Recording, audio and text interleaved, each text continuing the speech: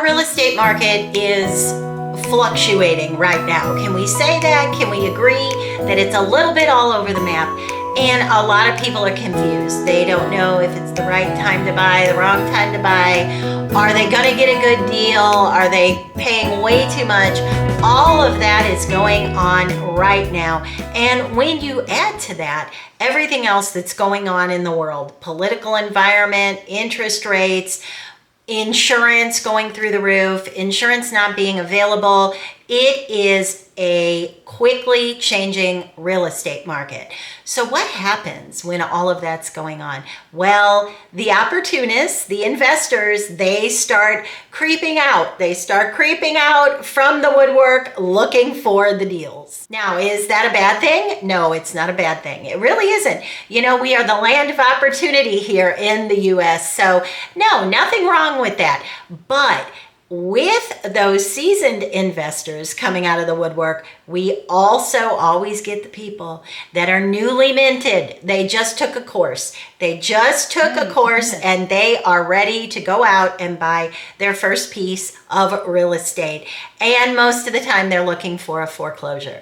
So in today's video, we're going to be talking about some of the hidden pitfalls of buying a foreclosure. And I am just going to touch on a few of them because there are many and we cannot do it justice in one video. Now, let me start by telling you that I've been a real estate agent for 25 years and I hold a real estate license in 2 states. Now, in one of those states, I owned a foreclosure real estate company for many, many years. We had an entire staff that handled all of the BPOs, the broker price opinions. We did all the property management. We had the trash out companies, the companies that go in and do the rekeys, the whole bit. I owned one of those companies for many, many years in a real estate market that had a lot of foreclosures. So we have seen it all from auction to Fannie Mae foreclosures, Freddie Mac, all the asset management companies, reverse mortgage foreclosures, all of it. So when I am giving you these tips, I am telling you this from absolute total experience. So these are the things that they are not going to tell you in your little, maybe $1,000 course that you bought at midnight, how to buy your first foreclosure.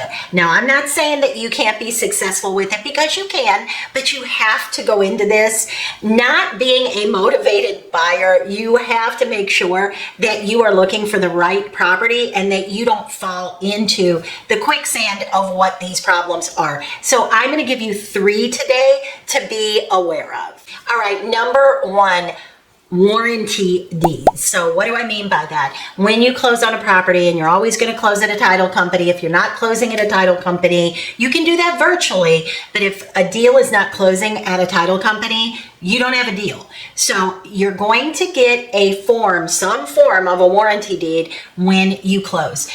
So the type of warranty that you will get in just like a normal transaction, what we would call an arm's length transaction, not a foreclosure, is a general warranty deed. So that's going to be your highest form of ownership. And then these warranty deeds, they step down from there.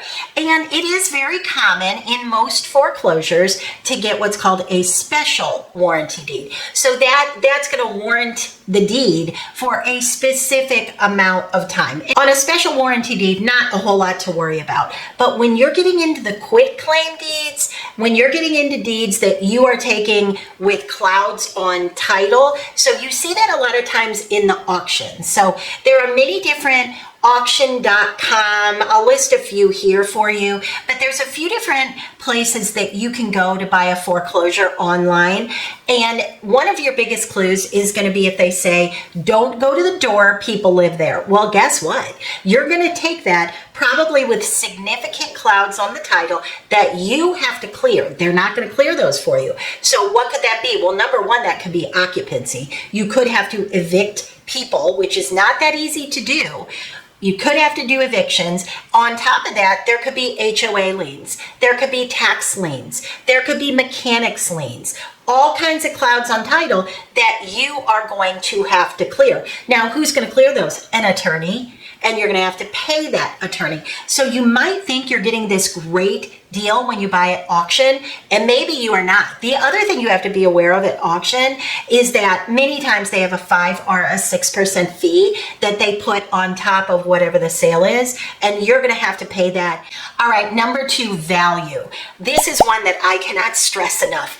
This happens all the time. So someone will come to me and they'll say, I saw a house on 123 Main Street for $300,000, and I know that all the houses in that area are going for $450,000. Okay, so right off the bat, I go in, I look, and it says highest and best, which means that people have already put offers on the property, and the seller, the bank, is saying, okay, everybody, you get one shot, bring your highest and best offer. So let's say that that has pushed up the price to $325.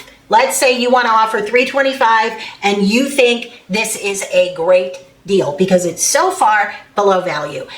But you are a newer investor and you are assuming some things that are incorrect, like the cost of a roof, the cost of a foundation, the cost of plumbing, these things, the cost of the unforeseen. So what you have to understand is that banks do not price something $150,000 under market value unless an agent has walked it and done a BPO, and that is one of their first steps. The banks will employ a subcontractor, an agent, to do what's called a BPO, broker price opinion. And that agent will either do that from the exterior if they can't get in, or sometimes the bank has already taken it over and they do an interior BPO, which means they can see the entire property. Now, depending on what that agent says, it needs flooring, it needs paint, it needs a roof. Depending on what the agent says, that is where they price the property. So if there's $150,000 worth of damage, they're going to price it $150,000 below perceived market. So do you as an investor want a dollar for dollar value? You see what I mean? There's no profit there then.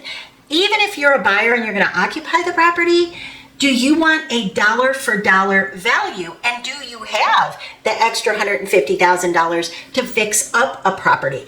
The other thing you have to realize is number 3, which is hidden issues. And I'm going to give you a real life situation. So let me give you a couple real life examples of what actually happened to people that bought foreclosures. So whether this was a disgruntled, homeowner that was in the property knowing they're getting foreclosed on, whether it was just vandalism, we really have no way of knowing. But I can give you an example of a situation where somebody actually went up on their roof and drilled holes into the roof down as far as they could to completely destroy the roof for the bank to take it over. And the homeowner that ultimately, the end user that bought that property, bought that REO, real estate owned, that's another name for a foreclosure, you'll see REO. They found out what had happened when the first big rain came and their entire roof in almost every room was showing leakage from through the drywall. Another one that I have seen is someone doing the same thing, drilling holes in the plumbing in areas that was not very easy to see. Now you might say, well, hold on a minute. What about an inspection? Didn't these people get this inspected? Well, depending on the type of foreclosure you buy, the best deals tend to be the one, and I'm saying deals. The best deals theoretically are the ones that are kind of bought sight unseen, where there's people in the property, or you're buying them and you can't do an inspection. Or the bank says you can do an inspection, but we aren't going to turn on utilities. So there are some foreclosure companies that are the asset management groups that are managing these properties. All of the utilities, it's very common for everything to be off. Water, electric, gas, everything. So you go in and you think that you have some experience, or your dad's uncle has experience, and they say everything looks pretty good. Well, these hidden things, you can't see those. And even with a good inspector, sometimes you still can't see them. So you would not believe the things that people will do when they get mad that their house is being foreclosed on. So those are 3 things that I would caution you to look for if you're interested in buying a foreclosure. 100% you want to work with somebody who has a lot of experience. If you're a person that is looking to buy foreclosures the right way, as I always say, my contact information is below. I will vet an agent for you because there are foreclosures all over the country. So if you're interested in buying your first one, definitely reach out. I will refer you to somebody. I know the questions to ask to make sure that they are experienced to be able to help you.